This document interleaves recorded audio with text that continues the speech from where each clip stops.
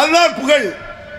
மாறாக இப்பொழுது தமிழகத்தில் நடைபெற்றுக் கொண்டிருக்கிற மௌலூத், இது நபிகள் பெருமானாரை புகழ்வதா? பொய்களும் பித்தலாட்டங்களும் முட்டாள்தனங்களும் ஏகப்பட்டு கிடக்கின்றன. மௌலூத்ல கொஞ்ச நஞ்சம் கிடையாது. முதல்ல ஒரு மடத்தனத்தை சொல்லிட்டு அடுத்த விஷயத்துக்கு வர்றேன்.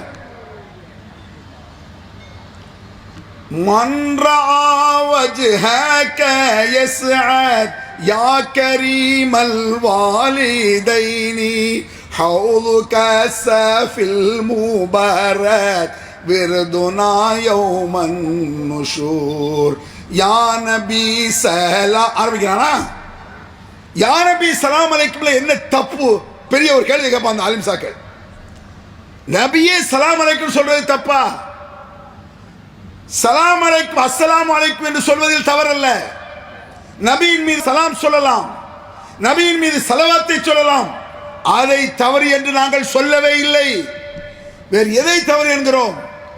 நபிகள் நாயகம் ஸல்லல்லாஹு அலைஹி வஸல்லம் மீது சலாம் சொல்கிறேன் என்ற பெயரில் பாட்டு பாடிக்கொண்டே சலாம் சொல்கிறீர்களே, இதற்கு பதில் சொல்லணும். எவரும் பதில் சொல்ல மாட்டான். திருப்பி திருப்பி எதை சொல்லுவான்? ரசூலுல்லாஹ் மேல சலாம் சொல்றது தப்பா? முட்டாள்தனமான கேள்வி கேட்டு இருக்க கூடாது.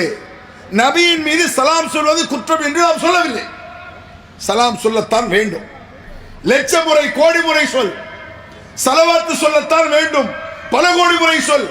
இதை கூடாது என்று நாங்களும் சொல்லவில்லை, அல்லாஹ்வும் சொல்லவில்லை, ரசூலுல்லாஹ் சொல்லல.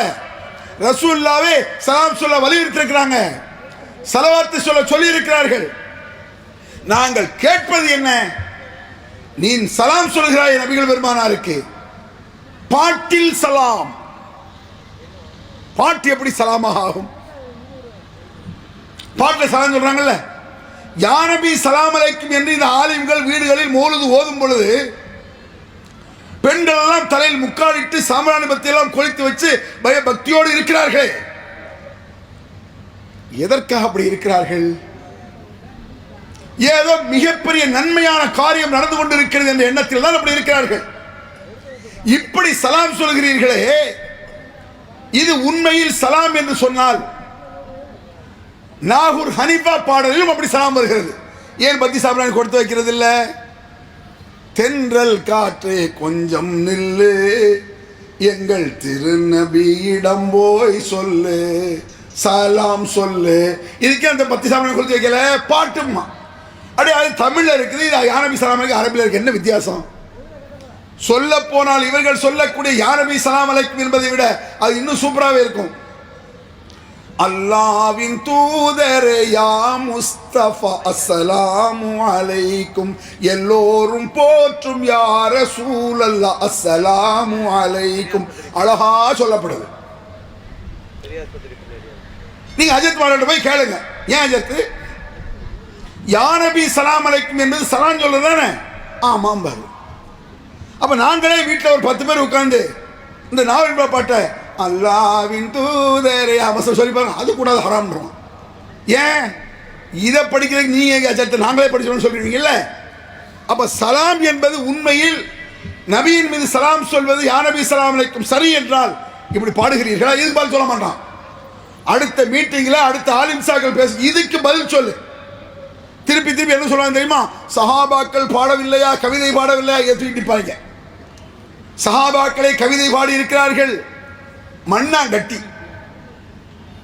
எல்லா விஷயங்களிலும் நல்லது கெட்டது இருக்காது. விளங்குங்க, ஒரு அடிப்படை விளங்குங்க.